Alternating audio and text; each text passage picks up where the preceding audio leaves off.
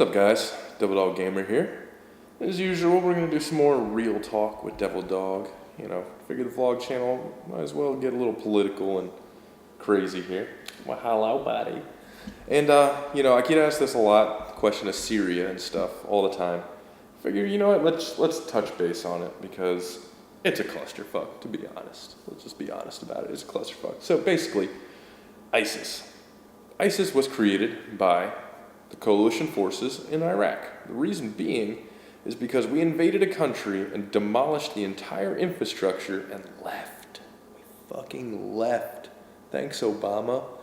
So, my time in Iraq, I got to spend a lot of time with the Iraqi, you know, the security forces, the police, the army. They sucked asshole. I mean, there were a few good guys there that knew what they were doing, that listened during training. But most of them sucked. Most of them sucked. And so because it was an unpopular war, and Obama being the complete tool he was, we left. And we left this ill-equipped country to fend for itself. Well, we created a power vacuum, and where there's a power vacuum, someone will rise, i.e. ISIS. So ISIS took off into Syria too, and, you know, we decided we were going to fight him. But the thing is, we don't like Assad. For some reason, I can understand why we don't like Assad with Syria's past, but when there's a greater threat like ISIS out there, you'd think the enemy of my enemy is my friend would come into play, but no, Obama just fucking again. And we decided to use ISIS as a weapon. So our strategy with ISIS in Syria is called funneling. Basically, we supply and outfit these rebels to fight ISIS, and when ISIS gets too close to these rebels, we launch airstrikes on ISIS. Boom. ISIS is taken care of, they retreat. Well, guess who ISIS is going to go fight when they retreat? Assad forces. So that's what we do. Basically, when ISIS gets close enough to the people that we're outfitting, we bomb them. They back off, go attack the Assad forces, we leave them alone. That's basically what funneling is directing the enemy's attacks by our own use of force. And that's been our complete strategy in Syria, which is bullshit. That's not how you fight ISIS. You're using them as a weapon. Why? We're fighting them in Iraq, but we're using them as a weapon in Syria? That's bullshit. Fucking whoever made that plan needs to get fired. Like, seriously, that's dumb. So now, enter Russia. Russia decided, you know what? Because Syria is a huge arms buyer of Russia's. Russia's economy took a tank, and basically Assad is a nice, good ally of Russia, and one of the last allies of them left in the Middle East, and a huge weapon purchaser. So of course they're going to try to defend him, because they need him to buy his shit, because their economy sucks right now. So enter Russia, and guess what Russia's doing? Everybody that fights Assad gets smoked. And you know what? That's what should have happened the first time. So go Russia. There you go. Have fun, Russia. So now what are we doing?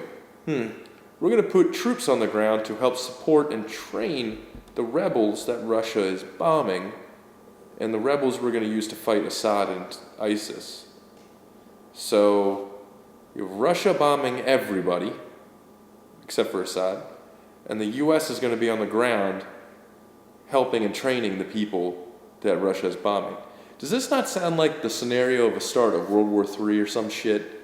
Like, all it takes is somebody being in the wrong place at the wrong time, or somebody in the Pentagon not telling the Russian guys, hey, we have some special forces here at this place, don't bomb it. And, you know, then you get casualties and everybody's pissed off and then you got a war.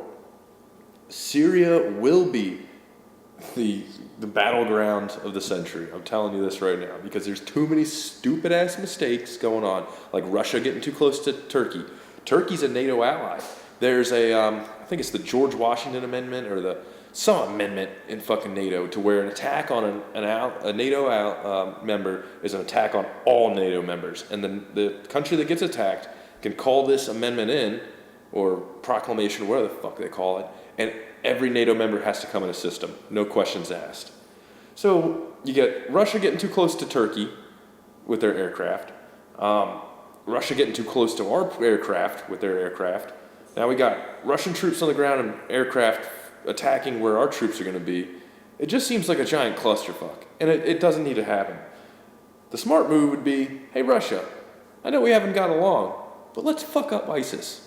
Can we have some planes at your air base and we'll run joint operations, and we'll put some of our troops with your troops, Sure, why not America? Because let's fuck these guys up. Wow, was that hard? That's like the smartest thing ever. America and Russia fucking stuff up. Like, why? Why is it tough? And the real issue is that we're putting too much attention on Syria when the main issue with Russia is Ukraine. So if we want to fight, show Russia, which, our foreign policy is probably geared towards showing Russia that they can't do whatever the fuck they want, because now they say they want to assist Iraq, and Iraq's totally down for it, because we haven't been helping Iraq because, we spent too much time there. So our foreign policy seems geared towards confronting, Russia and saying, hey, you're not supposed to be here. You're not supposed to be here. Which is whatever, that's a fine foreign policy. But it's geared towards Syria when it should be geared towards Ukraine. Look at what's going on with Ukraine. You had MH17 go down from a Buk missile. You got Russian forces and equipment in Ukraine. Ukraine wanted to be a NATO member. A NATO member. Like, what's the point of NATO is if a prospective NATO member doesn't get the help that they need? What's the point? NATO is useless at that point. NATO is like the backbone that's always kept Russia in check, is because of NATO. That's why they don't storm into Latvia, is because they're a fucking NATO member. And it just seems bullshit. You got all this shit going on in Ukraine. Russia's trying to retake the former glory of the Iron Curtain, and we're just kind of like, fuck it. Get them out of the Middle East. Get them out of the Middle East. Don't worry about Ukraine. Fuck them. They didn't want to be NATO anyways. Just get them out of the Middle East. It's bullshit. Our fucking foreign policy towards Russia is complete garbage. Complete garbage. You might as well just fucking bend over. Obama might as well get on the front lawn of the White House, bend over, get Putin over, and just say, just stick it in me now, dude. Just stick it in me now, because I'm tired of beating around the bush. Because that's where we're going. We're going right to that point. We're letting Russia walk all over the fuck where they shouldn't be walking over, and not checking them there, but we're checking them in places where we should be helping them out. Is that dumb? Like, that's really dumb to me.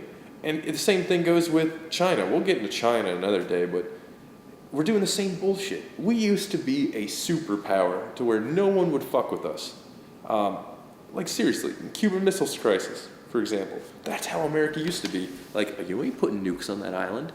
Oh, no, you're not. And guess who backed the fuck off? Why can't we do that in Ukraine? No, you're not putting troops in Ukraine. They'll back the fuck off. Nobody wants a war. And the more ground we give Putin to do whatever the fuck he wants, the more it's going to be too late for us to get him back in check without causing a war. That's the issue. And it's happening with Syria. They got all these troops on the ground, Russian troops on the ground, Iranian forces on the ground, aircraft all over the place. It's starting to turn into another Afghanistan. And instead of sitting there putting our guys in there to kind of fight alongside them, keep them in check while we're there, and be like, hey, these are our targets. Let's make sure we maintain this, this attack the way we should. We're letting them do whatever the fuck they want. We'll be like, we'll put our guys wherever. I know you're going to bomb these guys, but we'll put our guys there. It's bullshit. And, if we really wanted to put them in check, you put forces in Ukraine and say, okay, your troops aren't coming in here. The rebels can do what they want. We're not going to touch the rebels, but if your troops enter this territory, we're pushing forward.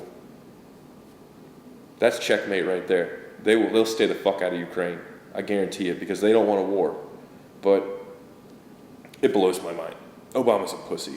And everybody that we're going to be voting for in 2016 is a fucking pussy too. So, whatever.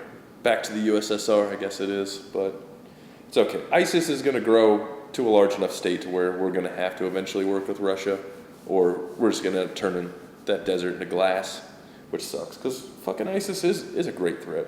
Russia, is not an immediate threat. They're trying to retake their former glory and their military might, which is, more power to them if they want to do that, but they need to do certain steps in a way to kind of prevent war, and in doing that, prevent provocation of war. But ISIS is the biggest threat, and that's what we need to be focusing on, but instead we're pussyfooting around because we're trying to, do this little fucking chess match with fucking Russia, which is bullshit. When we could just be like, let's do it together. Come on, hand in hand to Berlin. Kind of like how we did before. We've done it before. There's no issue there, but it's whatever.